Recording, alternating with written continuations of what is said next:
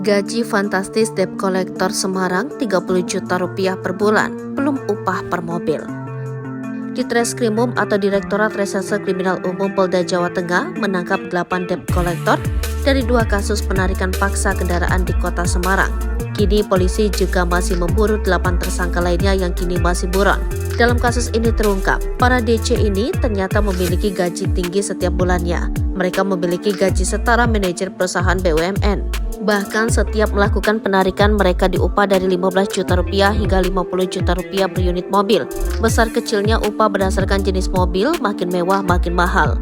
Kalau saya gajinya tetap sampai 30 juta rupiah per bulan.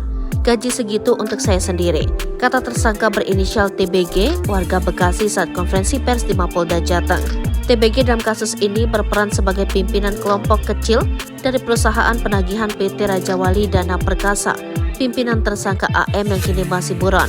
Saya diajak AM ambil mobil, terus pejabat Cim Niaga juga perintah supaya membawa mobil ke Pol, lalu saya panggil derek atas perintah AM, ujarnya. Ia mengaku sudah bekerja sebagai DC sejak tahun 1999. Selama bekerja 25 tahun, ia tak pernah berurusan dengan hukum. Kasubdit 3 Jatanras Ditreskrimum Polda Jateng, Kompol Helmi Tamaila mengatakan, para DC ini bekerja secara kelompok. Untuk komplotan DC pimpinan tersangka AM, setiap kelompok berisi 5-6 orang. Mereka dalam bekerja ketika korban tidak mau menyerahkan kendaraan, maka akan ada upaya kekerasan.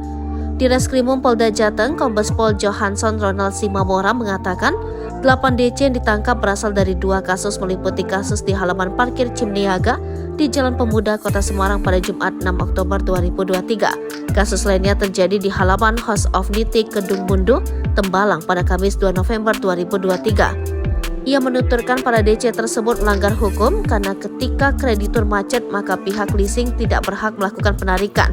Sebaliknya pihak yang berwenang melakukan eksekusi adalah kewenangan dari pengadilan setelah adanya penetapan keputusan dari pengadilan.